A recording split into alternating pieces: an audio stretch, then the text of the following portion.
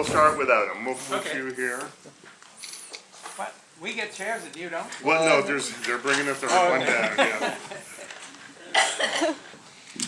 Thank you very much. Thank you. Thank you for withstanding all that blood.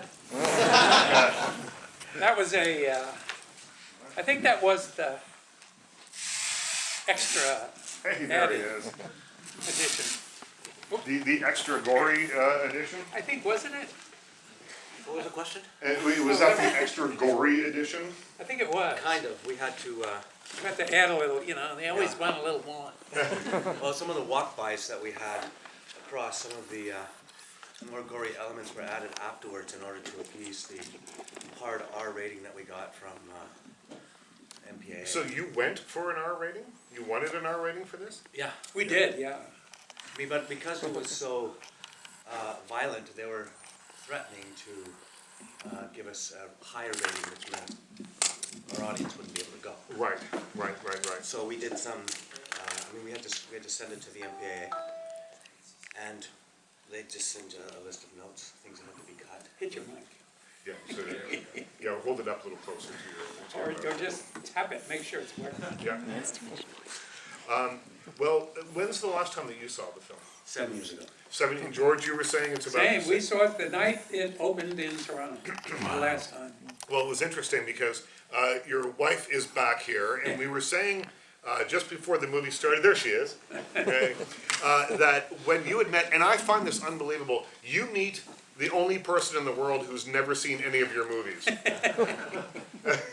And so you did a film festival for her, and at home and watched them, and I did. describe the night for me. Yeah. Well, it wasn't one night. No, it was, actually,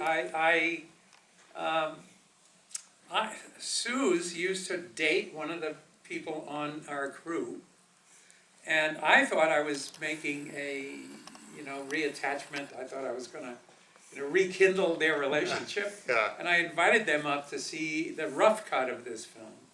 And Suze had never seen any of my movies or anything in the genre really, except for, maybe Bride of Frankenstein or something. But her review that night was, it's not so bad. So I thought that was a great review from someone that had never seen anything like this before. Neither had I. Well, Actually. this was the first film that you Neither worked... had you. This is the first film that you two worked on together. Now, you've made 3 in total together. How has your relationship changed over working on the 3 films? I don't I know. don't know. We became friends. Yeah. I mean, it started during the making of Land, and It started with Land. I mean, it started right away. We were friends almost before we went into Land. I mean, we had a great... Michael came in and interviewed, and I didn't think it was... I thought it was hands down. I said, this is the guy. And ever since then, it's just been working. I think Universal initially had Well, they wanted their some Hollywood cat. Yeah, and I think part of the deal was that you had also wanted a DOP, local DOP. They had someone in mind, and I think that with a DOP, if you shoot for 10 days and you don't like it, you've got to reshoot. You have an editor you can bring in, and you don't like it, you fire him. It doesn't cost you anything. Right. And I think that may have been part of the negotiation. We'll give you the DOP. I don't know. I was insisting on I wanted, there was a DP called Adam Swika, who's done several of my other films, and they wouldn't let me use him. And instead, they wanted somebody who had done work for Universal specifically. And so they hired the guy that did second unit on the remake of Dawn of the Dead. Which was shot here as well, right? Yes, right. And that's the guy that they said, okay, he's Universal friendly. But it had He been did a about great job, I have 6 to say. weeks, too. Huh? I mean, after the interview, it was about 6 weeks before I received a phone call. I thought I was just going in, being the kind of token Canadian that they could say no to, so they could bring on a U.S. editor. 6 weeks went by, and I thought, it's over. And then I get this call from Peter Grunwald, who's the... No, it was also, everybody in the room really liked you and thought, and Arv as well, everybody liked Arv right away. So, it's a great work ethic here. I think part of the process too, when you go in for an interview like that, is it isn't necessarily whether you can edit, which I think they're assuming you can do. Right. It's, do you want to spend 6 months alone in a room with somebody? Right. Which ultimately is what it comes down to. That's how long we spent together. George, does that ring true to you? It does, yeah. It does, and it's very easy to be around Michael. I mean, he's the friendliest, loveliest guy. Well, and you said that you weren't familiar, well, not familiar, you never worked on this sort of genre before. Well, yeah, I had done kind of thriller, but Yeah. I hadn't done anything as specific as this. And so when I got the call from the post supervisor to come the next day for the interview, I immediately went to Rogers and rented night, dawn, and day, Right. and watched them all that night so that I could go in, at least knowing what the films were. I mean, I've seen parts of Night of the Living Dead, but I've never actually sat down and watched them all. And it's funny, when I walked into the room, sat down, George just said, have you cut my film?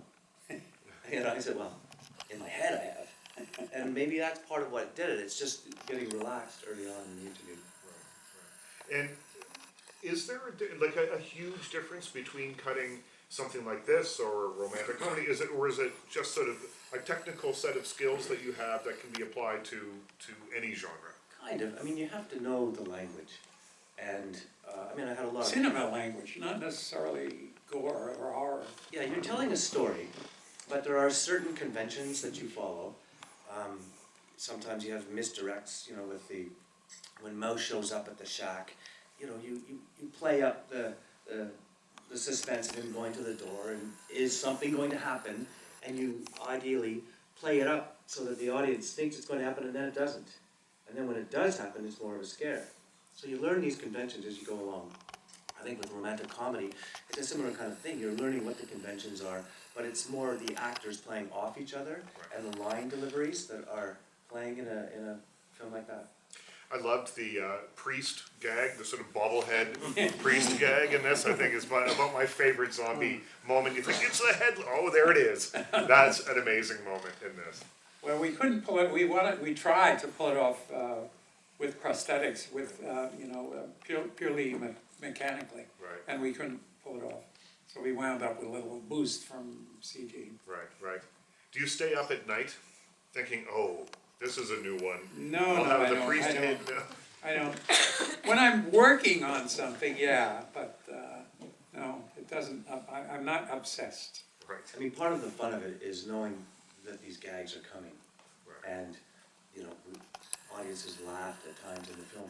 It's not purely to scare people. So much of it is, as you say, it's kind of Looney Tunes in some respects. Certainly the last one, Survival, was more like that. More obviously, in-your-face comedy.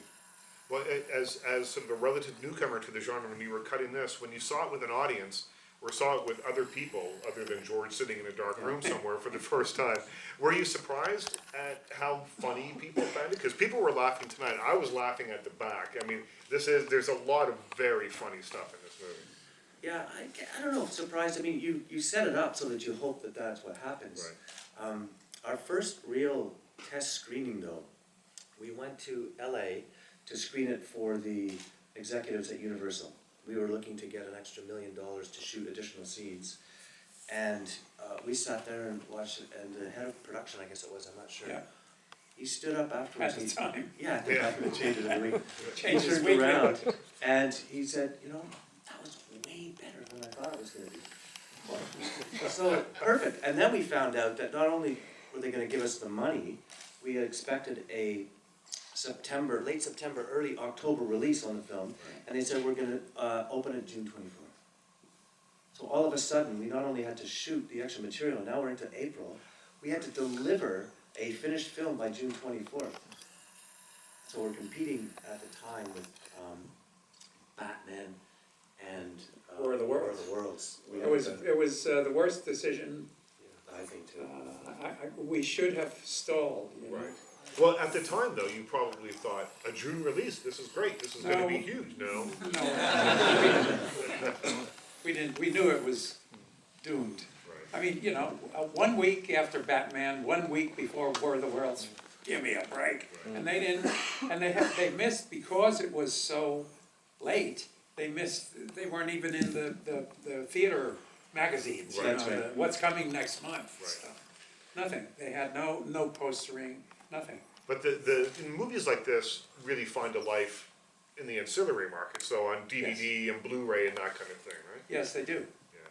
But And it- Universal blew that, I mean, they actually, I'm telling, Is there anyone here from Universal? I hope not. In the Feel free end- to speak freely then. But it did make money in the end. Yeah. I mean, because the budget wasn't all that high. Right. And I think they were probably thinking that if we release it in June, we can do a Halloween DVD release. Right.